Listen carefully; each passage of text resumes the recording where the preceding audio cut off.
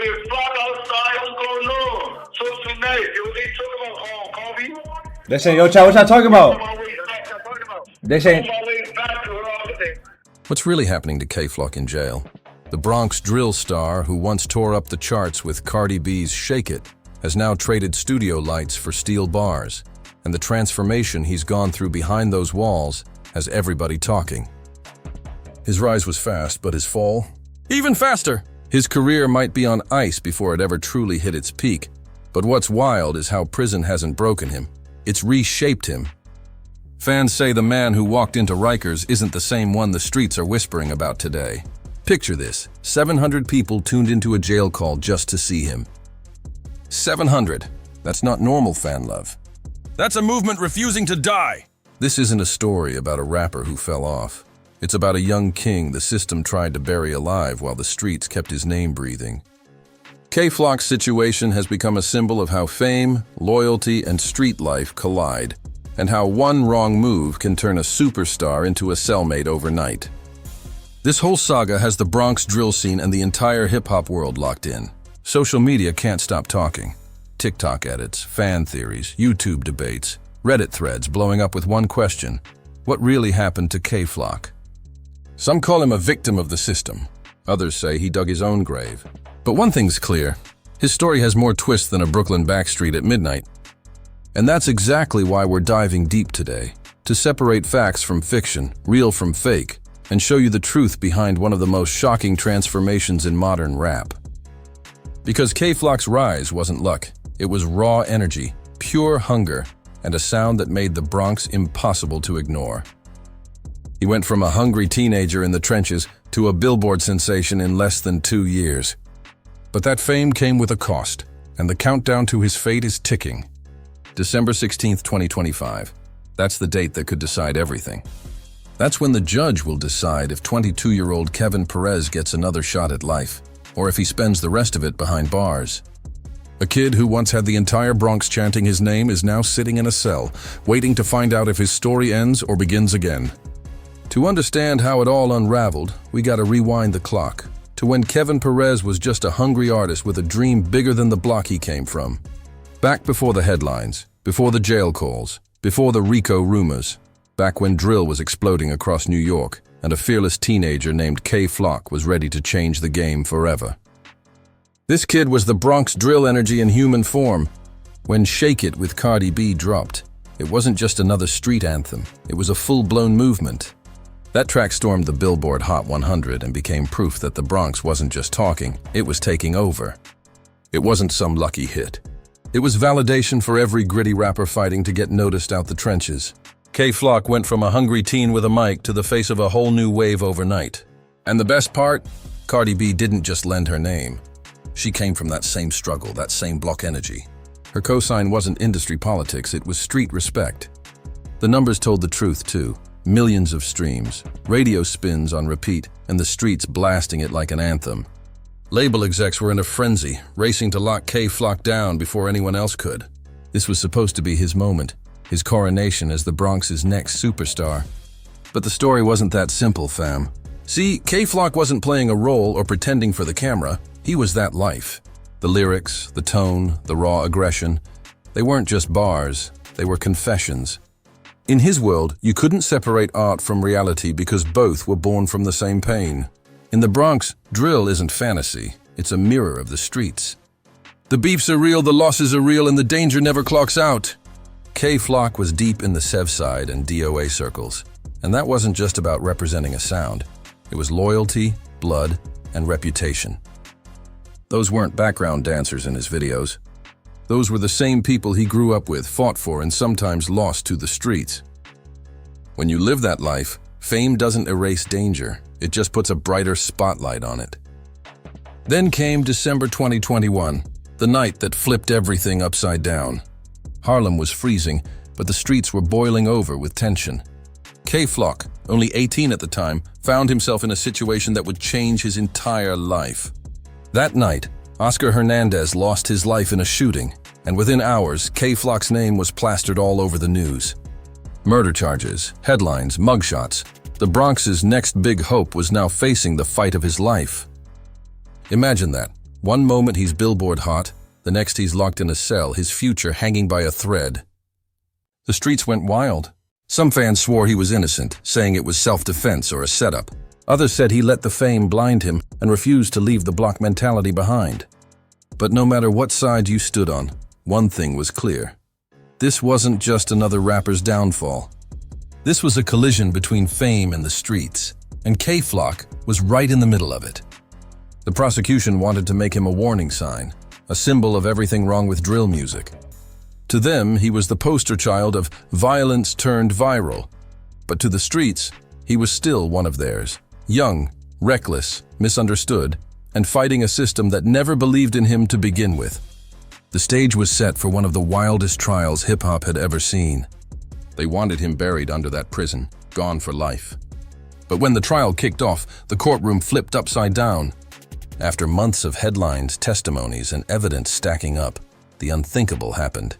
K-Flock beat the first-degree murder charge. The entire Bronx froze for a second when the judge said, "Not guilty." Nobody expected it. Fans online went wild, saying, "Ain't no way he walked off that." Even people who thought his career was finished had to admit, it was one of the biggest legal curveballs in rap history. But before anyone could celebrate, reality hit like a punch in the gut. He wasn't walking out the courthouse free. See, while he dodged the first-degree murder, the system still had him pinned for attempted murder, and that's serious time, fam. But even that wasn't the end of it, because while everyone was focused on the trial, the feds were quietly cooking up something way bigger, something deadly for his entire crew. They had been building a federal RICO case, linking K-Flock and his SEV side/DOA affiliates to a larger criminal network. For those who don't know, RICO charges are no joke. When the feds hit you with that, they're not talking about one shooting or one fight. They're saying you're part of a criminal enterprise. It means they're stacking everything, every text, every video, every post, every lyric, into one monster case that turns music, friends, and street ties into evidence. They want to prove you're not just a rapper, you're a soldier in an organization. And here's the thing, this wasn't just about K-Flock anymore. The indictment named multiple people tied to SEV side and DOA, turning his success into a target on his back. The feds had been watching everything: phone taps, surveillance footage, social media activity, even music videos being used as proof of crimes. They didn't move fast, they moved smart. Years of quiet investigation, all leading to one explosive takedown. When the RICO case dropped, it sent shockwaves through the industry. Labels that were ready to throw millions at K-Flock suddenly hit the brakes. Meetings were canceled, contracts pulled, and executives started whispering that Bronx drill might be too hot to touch. Other young rappers started panicking, realizing the feds weren't just going after trigger men, they were coming for the whole culture. The message was loud and clear. If your art looks too close to the streets, they'll treat you like the streets. That was the moment everything changed, not just for K-Flock, but for every drill rapper in New York. The lines between music and indictment had officially been erased, and K-Flock was now the face of a war between creativity and criminalization. As a result of those attempted murder and federal racketeering convictions, K-Flock is now staring down one of the harshest possible sentences: 10 years to life in prison. Let that sink in, 10 years to life. At just 22 years old, Kevin Perez could be walking out in his 30s if luck's on his side, or he might never step foot outside those prison gates again. The thought alone has fans shaken, knowing this young Bronx talent went from billboard dreams to concrete walls in just a few short years. December 16th, 2025. That's the date circled in red on every fan's calendar. That's the day a judge will decide his fate. Will K-Flock be given a second chance to rebuild his life, or will that gavel slam down a life sentence? What makes it even more surreal is that he's already been locked up for nearly 4 years. 4 years of waiting, wondering, and trying to stay alive in one of the hardest environments imaginable. But here's where it gets wild. Despite the walls, despite the charges, and despite facing forever in prison, K-Flock's name never disappeared. In fact, he's become almost a mythic figure to his fans. Through recorded jail calls and clips that circulate online, he's kept a connection that most rappers on the outside can't even maintain. He's still got the world watching him and talking about him like he never left. In March 2024, a clip from one of his live jail calls went viral. and it stopped the internet cold. Fans couldn't believe what they were seeing. Gone was that skinny Bronx teen from 2021. In his place stood a transformed man, shirtless, tatted, and built like a tank. His body told the story of his time behind bars, discipline, pain, and survival. He wasn't wasting time sulking. He was grinding, pushing, becoming something tougher than anyone imagined. And those locks? The shoulder-length dreadlocks were another sign of how much he'd evolved. He looked older, more hardened, like a man who had seen things most couldn't even imagine. But that wasn't what shocked people the most. The real jaw-drop moment came when fans realized just how many people were watching that live call. Over 700 viewers tuned in, 700 people watching a man talk from a jail cell. No album, no promo, no marketing, just his presence. That's not ordinary popularity, that's raw influence. That kind of loyalty can't be bought, fam. It proves K-Flock's energy still resonates. The streets haven't forgotten him. They still talk about him like he's part of the conversation every day. Sources close to him say he's been keeping his head straight inside, focusing on mental health, working out, and preparing himself for whatever future comes, whether that's walking free someday or surviving a life bid. But what's really got people debating is his growth. Some say prison broke him down. Others say it made him stronger, calmer, more focused. From what we've seen, K-Flock sits somewhere in the middle. He's matured, but he's also carrying scars only time behind bars can leave. Remember, he entered prison as an 18-year-old kid, and now he's 22. A full transformation from boy to man, inside one of the harshest institutions in the country. Those 4 years weren't just time served. They were years of becoming, years of realizing who he truly is when the fame, money, and cameras are gone. And even now, from a prison cell, K-Flock's name keeps echoing across social media, music blogs, and hood conversations. Because when someone's story starts in the trenches and keeps surviving every storm, people don't stop watching. They wait for the next chapter. He's been surviving all this inside a cramped cell, surrounded by men who walked the same dangerous path, guys who made choices that mirrored his own. It's a world built on regret, survival, and reflection, and somehow K-Flock is still keeping his head above the noise. The streets are locked in on his every move, but what's wild is how divided people have become over him. Online, it's chaos. Reddit threads, YouTube comments, Instagram posts, every platform has turned into a debate ring about K-Flock's fate. Some call him a cautionary tale, others call him a legend. Everywhere you look, people are arguing. Should he be shown mercy or made an example of? Should talent save him, or should choices define him? And the opinions are splitting like never before. One of the biggest conversations online centers around his time served. Fans point out he's been locked up nearly 4 years already and are hoping the judge gives him credit for that time. They say if the minimum sentence is 10 years, that means he could already be almost halfway there. In federal cases, time served usually counts toward your total, and fans cling to that hope like it's the last thread keeping his dream alive. They're out here calculating numbers, predicting early release dates, praying for leniency. But not everyone's on that side of the fence. Some people are cold with it. They bring up the name Oscar Hernandez, the man who lost his life, reminding everyone that behind every headline is a family still grieving. Those critics say drill music doesn't just tell stories, it glorifies pain, promotes violence, and fuels revenge culture. They argue that K-Flock knew exactly what he was doing, that fame doesn't erase responsibility. Their stance is simple. Actions have consequences, no matter who you are. It's a hard truth, but one that keeps echoing in every comment section. Still, there's another group of voices, rappers, producers, and fans, saying K-Flock's case is bigger than him. To them, it's a warning for every young artist caught between the booth and the block. They say this is what happens when you don't separate art from street life, when you record a hit at night but still carry real beef into the morning. Yet, others stand firm, saying drill is pure expression, that it's storytelling born from pain, and that the system just wants to silence what it doesn't understand. Those people see K-Flock as a scapegoat, arguing that the authorities are trying to kill the entire drill movement under the disguise of law and order. They claim if K-Flock wasn't famous, the case wouldn't have been handled with the same intensity. They believe the spotlight painted a bigger target on his back, making him the poster boy for a culture the system never liked to begin with. And honestly, The truth probably sits somewhere in between. He wasn't an angel, but he also wasn't the monster they make him out to be.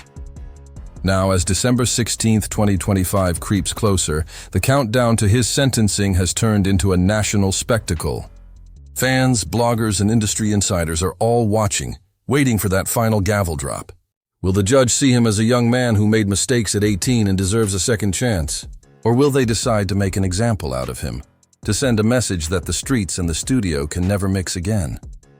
Either way, one thing's for sure. The outcome of Kay Flock's case won't just shape his future, it could shift the entire drill scene forever. The Bronx is holding its breath, and hip-hop's watching to see if the kid who turned pain into power will ever get the chance to finish the story he started. The prosecution's coming hard, no mercy in sight. They're pushing for the maximum sentence, determined to make Kay Flock the face of a problem much bigger than him. They'll drag up every old headline, every lyric, every street connection he ever had. They'll play his music in court, twisting his bars into evidence, saying he used fame as a front to glorify and fuel gang life. They'll talk about the influence he had on young fans, painting him as a symbol of violence rather than a product of his environment. They're gonna argue that Kay Flock isn't just a rapper, he's a dangerous example, someone whose songs inspire real crimes in real neighborhoods. And when prosecutors go that route, they go for the jugular. They want to turn his story into a warning shot for every artist who blurs the line between art and the streets. But the defense? They've got a very different story to tell. They'll remind the court that he was acquitted of the most serious charge, murder. They'll point out that this isn't some hardened, unrepentant criminal. This is a young man who got famous before he got the chance to grow up. They'll highlight his transformation behind bars, how he spent the last 4 years focused on self-discipline, reflection, and growth. They'll talk about how he stayed out of trouble, found focus, and rebuilt himself mentally and physically, even in a place designed to break people. They'll argue that 10 years is more than enough for a man that young to learn, change, and earn a shot at redemption. Because let's be real, 10 years behind bars can feel like a lifetime when you're barely old enough to rent a car. The defense will paint a picture of Kevin Perez, not Kay Flock, the kid who came from chaos but still found purpose in sound. Yet at the end of the day, all those arguments lead to one chilling reality. One judge holds his entire future in their hands. That decision will determine everything, whether he rebuilds his life or becomes another name trapped in hip-hop tragedy. But there's a deeper layer to this story, the legacy question. What does Kay Flock's name mean now? If he walks out those gates 10 years from now, will the world even still be listening? Will the drill scene be alive, or will it have moved on without him? Will he still have the hunger to rap, or will he trade fame for peace after everything he's been through? These are the questions no one's ready to answer yet. Because if he never records again, will he be remembered as the next Bronx legend who lost it all, or just another cautionary tale about talent swallowed by the streets? Every generation of hip-hop has its lost stars, but Kay Flock's story hits different because it's happening right now, in real time, while we all watch. And yet, despite everything, that short clip from prison, the social call moment where his voice echoes through the background, fans shouting his name, shows something powerful. They say my way back, he says, almost like he's speaking it into existence. That tiny glimpse of hope shows he's still fighting, still dreaming, still trying to figure out what comes after the bars. The transformation he's gone through, physically, mentally, and emotionally, proves he's preparing for whatever's next, whether that's reclaiming his place in music or starting over completely.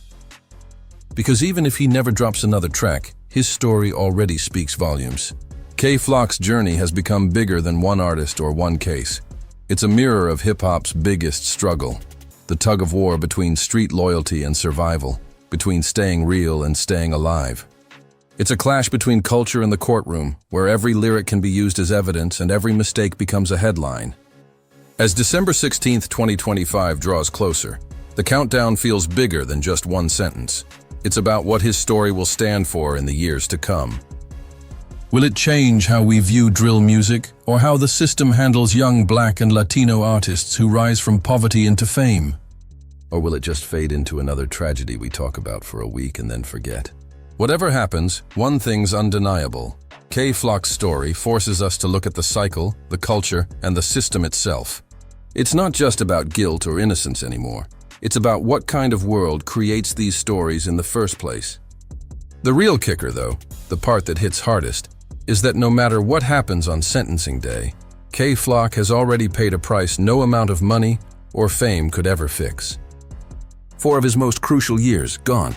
Years when he should have been touring, building his legacy, chasing dreams instead spent behind cold walls and metal bars. His career? Frozen in time. His life? Forever altered. Whether he walks out in 6 years or never walks out again, he'll never be the same man who stepped into that courtroom the first time. Because this isn't just about one shooting, one crew, or one artist. It's about something bigger. It's about how power, loyalty, and the system collide when young men of color find themselves trapped between survival and success. It's about how America handles those who rise from poverty with talent but carry the weight of the streets on their shoulders. The truth is, K-Flock's story has become a symbol, a reflection of how easily dreams can turn into cautionary tales when opportunity and danger live side by side. Some say he deserves a second chance, a chance to prove that change is real, that growth is possible even after everything. Others argue that consequences have to stand, that accountability matters no matter who you are. The conversation has torn the internet apart. Fans, critics, even other artists are split between sympathy and judgment, and the world is watching every move, every headline, every rumor. But make no mistake, this case isn't just shaping K-Flock's legacy, it's shaping drill history.